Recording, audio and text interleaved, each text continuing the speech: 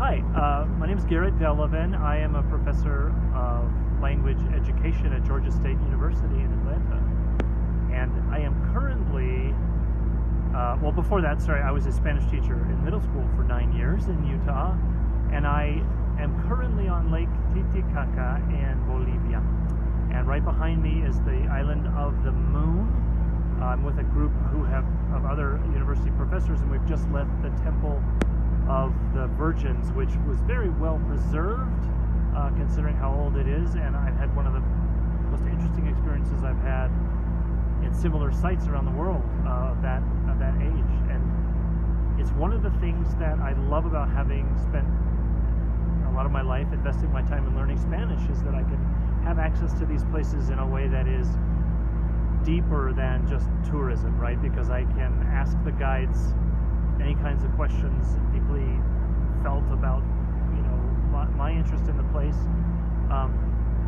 But also, one of the things that we've done on this trip to Bolivia is spent time sort of getting to know and living in the place of an indigenous community in Jesus de Machata, very close to here.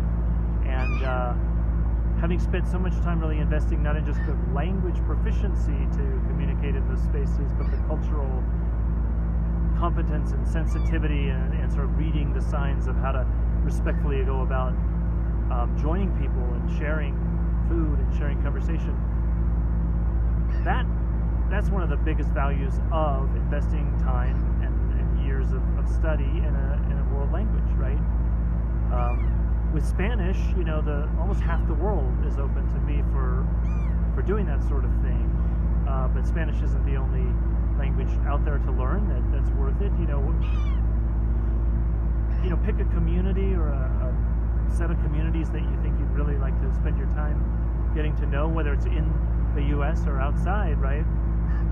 And invest several years in learning a language like Spanish, and I think you'll be quite pleased with the results, because you can really get to know people in a way that's so much deeper than tourism. Because I'm not able to go, when I go to a country that doesn't speak, when people don't speak Spanish, I just don't have the same experience. I don't feel as connected, or make that human connection like I can in a Spanish-speaking place. So good luck on your journey in selecting which language you really want to spend years investing in and getting good at, and opening those doors to culture. So enjoy your journey. Ready? Okay. Hello, my name is Ann Laffey, and I am an assistant professor of anthropology at Santa Fe College. And I just wanted to take a few moments to talk about the role of language in my work. So, to give you a little bit more background information on me, I am an archaeologist, and I have worked primarily in South America for approximately 15 years, so for quite some time. I love working in South America. I have worked on some of the desert pyramids on the north coast, Huaca del Brujo, which if you translate it means pyramid of the sorcerer or the witch. So again, language will help you kind of get a sense of place when you're in the field. But I really would like to take this moment that your professor has offered me to encourage you to expand your horizons and use language to do it. When I work in Peru, one of the great handicaps that I've had is that I don't speak fluent Spanish. And so when I'm in the field, it takes me a while to connect with my community, which can make you a little bit isolated. However, once you start to get more comfortable with the language, and you can start to share experiences with your colleagues and with the people in the community who you're collaborating with, I have to tell you that it is really magic.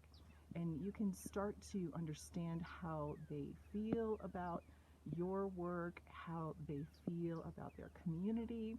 And for me, with archaeology, even though what I look at are artifacts from the past, for the people in the community where I work, these are not artifacts of the past. These are special objects that belong to their ancestors. And so it's very important when you are doing that sort of work that you understand what the community wants you to, or how the community wants you to interact with these precious objects that do belong to their ancestors. So I thank you for giving me a few moments to implore you to take language and treat language as a passport, a passport to places that you never really thought you would go. It's different than visiting the place. It gives you the opportunity to experience the place. Thank you. Hi, my name is Eileen DeLuca. I'm the provost at Florida Southwestern State College, and I'm also a professor of anthropology. I'm here on a journey with my colleagues in Bolivia. Right now I'm on the Isla de Sol, and it is an exciting place to be because we're learning a lot about the history of Bolivia, going back to the times of the Aymara and the Inca civilizations here, and how they enacted power through religion and through their governmental structures. And I just want to say that it's been such a benefit that I've been a Spanish language learner my whole life, and I'm still learning Spanish. When I was a little girl, there was a show on TV that was called Villa Alegre, and it was about a family that lived in Mexico. And I was just fascinated by the show and by the idea of there being another country where other languages were spoke, and we got to see how a family in another culture interacted. And from that time, when I was a little girl, I said, I know I'm going to speak Spanish. I'm going to travel to Mexico. And luckily, as a grad student, I had that opportunity. And learning Spanish has given me lots of opportunities to meet and get to know really warm and genuine people in many countries, including Mexico, Nicaragua, and now Bolivia. And so I think everybody should have the opportunity to learn a second language, to meet people around the world, to engage in a different way of thinking, to understand how other cultures perceive the world in ways that can change and modify how we perceive the world from our first language.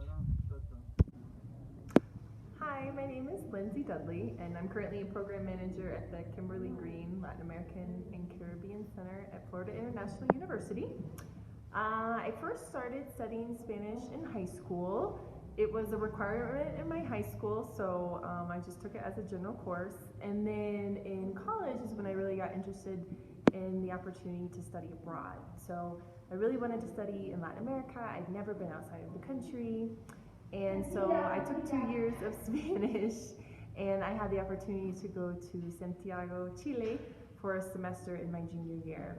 And it totally blew my mind. I fell in love with South America, knew I wanted to come back, and really knew that continued language study was going to allow me to do that in a professional capacity. So my Spanish was not great when I went to study abroad, I'll be very honest, but the immersion experience really helped a lot and really, I think, motivated me to continue on. So after I graduated, I went into the Peace Corps, and again, I was able to have that opportunity and able to go back to South America because I had the basic Spanish skills. When I was in Peace Corps, I met my husband, and so now he's from Ecuador, and we're raising our child in a bilingual environment. So Spanish has really been something professional and personal for me, and has really shaped the career path that I'm on and the career that I'm still doing today. Dr. Sue Cosson, and I'm a professor of language education at Georgia State University in Atlanta, Georgia. I started to learn Spanish at a late age. I was 17. I grew up in a small town in West Virginia where very few people were able to speak another language fluently. Frankly, only like the foreign language teachers were the ones who could speak another language, I think, in my town, maybe a few other folks. I liked it in high school. I thought it was really exciting. You know, I had a very dynamic Spanish teacher. I only had 1 year of instruction.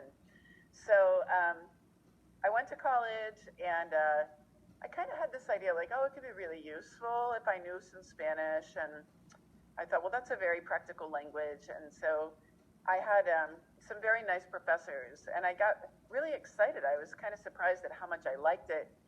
You know, there's some people that consider themselves kind of naturals at picking up another language, and I wasn't one of those people, actually. But I had this amazing professor from Colombia. Her name was Maritza Almeida.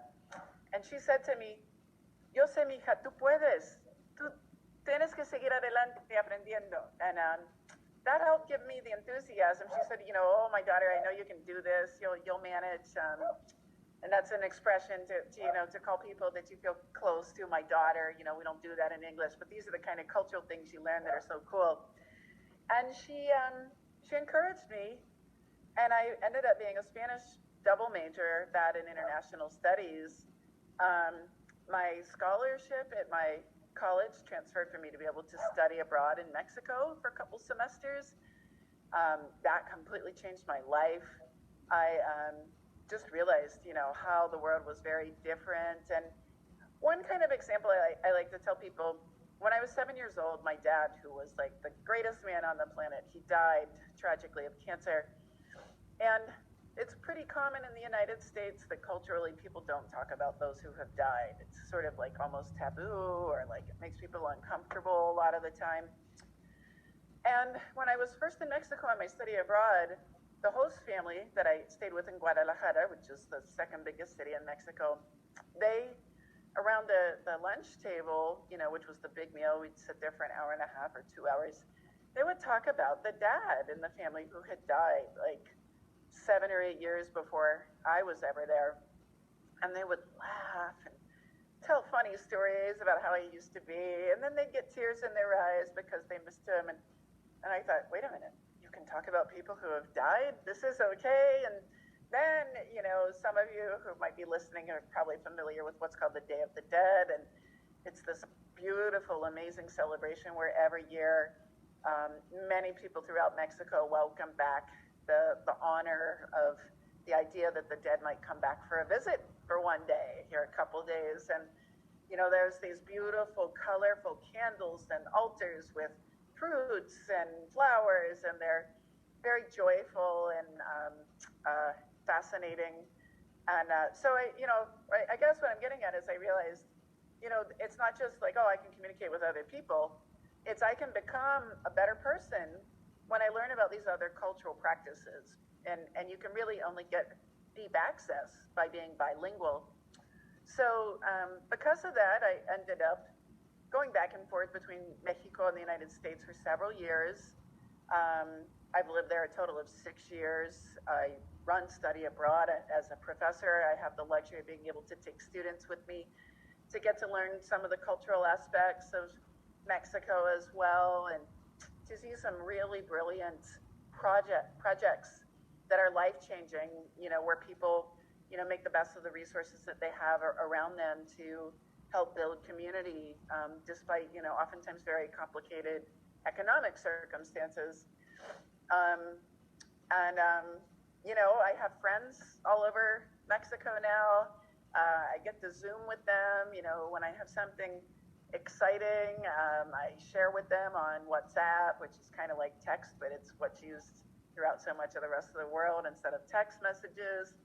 I get to share pictures of my kids. My kids are becoming bilingual, which, when I was a teenager, I never would have guessed that if I had kids, I would ever raise them bilingually. And, I just spent 3 weeks this summer taking them all over Mexico.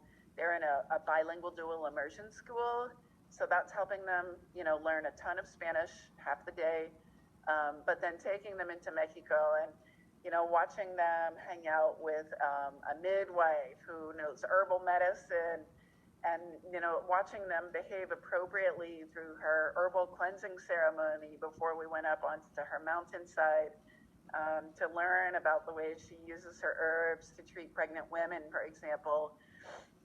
Or watching them learn about, like a coffee grower who grows wild coffee in the state of Veracruz alongside the river, and the ways he's very careful with the earth and respectful of all the plants, and how my kids were able to, because of their Spanish and the cultural sensitivity that I'm helping them learn as well, really absorb those experiences. And so, it's changed my life so much for the better, and it's really making a huge impact on my own kids, on the way I get to teach, on the students I take into Mexico. And, I just kind of think of it like a ball of yarn, where it kind of like you pass the ball, and all that goodness just kept like a spider web, kind of keeps expanding, among all the people I get to have contact with.